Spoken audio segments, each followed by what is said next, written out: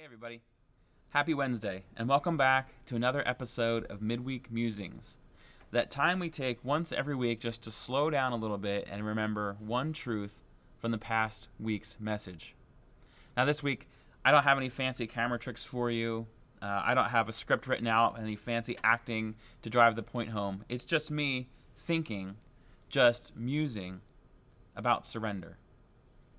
This week, if you remember on Sunday, Dana Haldeman took a look at the cliche, if you work hard enough, you will succeed, looking to determine if that saying is biblical or not.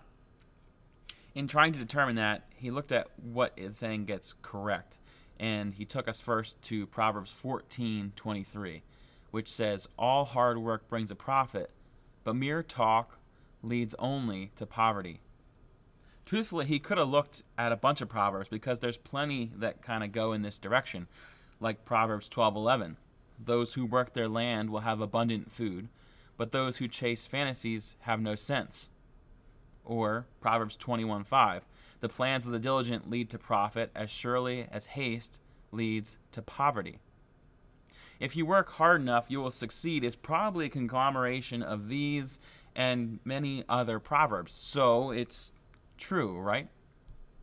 Well, in one sense, yes, but in another, no. You see, Proverbs tend to be principles, not promises. And in that sense, yes, there is wisdom in them, but the truth that you will definitely succeed can't be universally applied as a guarantee. Proverbs, by their nature, are generalizations about the way life usually is rather than promises about the way it has to be all the time and guaranteeing success if you follow them. This concept is a little easier to grasp if you understand that what a proverb is, or the book of Proverbs is of a specific genre of what's called wisdom literature, which is designed to teach us to navigate the complex life situations we encounter with godly wisdom. We should work hard. I believe that that's a true godly principle. But Dana gave us several examples where hard work doesn't guarantee, as this cliche says, success. First, he talked about group projects.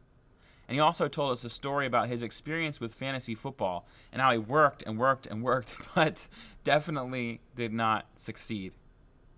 Biblically speaking, he took us and reminded us of the Pharisees, who worked harder than anyone to justify themselves by the law, but they didn't succeed in being aware of the fact that the God of all creation was standing directly before them in the person of Jesus. Hard work doesn't guarantee success.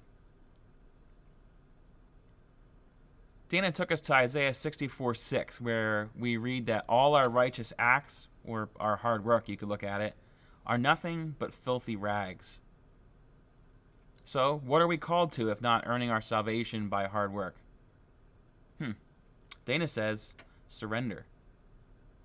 When you hear that word surrender, what comes to mind? Maybe like a cartoon, that waving the white flag? Or maybe you think about forfeiting or giving up in a sport. Or perhaps you're drawn to it as like a warfare picture of declaring defeat to an enemy. What came to mind for Dana was Ezekiel 37, verses 1 through 3, and I want to read them to you now. The hand of the Lord was on me, and he brought me out by his Spirit and set me down in the middle of the valley. It was full of bones. He led me all around them. There were a great many of them on the surface of the valley, and they were very dry. Then he said to me, Son of man, can these bones live? I replied, Lord God, only you know. Maybe at some point in your life, walking through the woods or something, you stumbled upon the bones of a dead animal, maybe like the carcass of a deer or a raccoon or something like that. But most of us aren't faced with being in a valley of dry bones like Ezekiel was and having God ask us if those bones can live. But maybe what you are facing in your life is brokenness, darkness, and the dry, dead bones of your current reality. Can these things be brought to life? Can they be used for good? Dana told us that the first step is to surrender and admit that we can't do these things on our own. We can't bring to life the things in our lives that are dead and broken. Like Ezekiel, we must declare, Lord God, only you know. In doing so, the second step is to acknowledge that God and only God has the power to redeem that which is broken in our lives. Do you surrender to God? If you haven't already, take a look at this week's Dig Deeper guide, where the experiential activity has us writing down one thing you're struggling to surrender to God, whether that be a particular sin, bad thought patterns and habits, anxiety, or many other things, and then to destroy that paper in an act of symbolizing your desire to surrender or to hand over that thing to God. Maybe that's burning it in a fire or putting it in a paper shredder. Now, doing this activity doesn't mean that the struggle is going to go away. I mean, not necessarily. Maybe God will remove it, but it does acknowledge that it's in God's hands and praying for his strength to work in and through those situations. It doesn't mean there won't be work for us, and sometimes maybe even hard work. But the success isn't dependent on our hard work, but on our surrender to God. Going back to the Ezekiel passage, he didn't passively just sit by and watch those bones come to life. No, it continues in that passage to say Ezekiel prophesied as he was commanded. There was a role for him to play, but he first had to surrender. This week, may you wave the white flag of surrender in your life. And may you find the power of God working in, around, and through you as you do. Go in peace. Have a great week.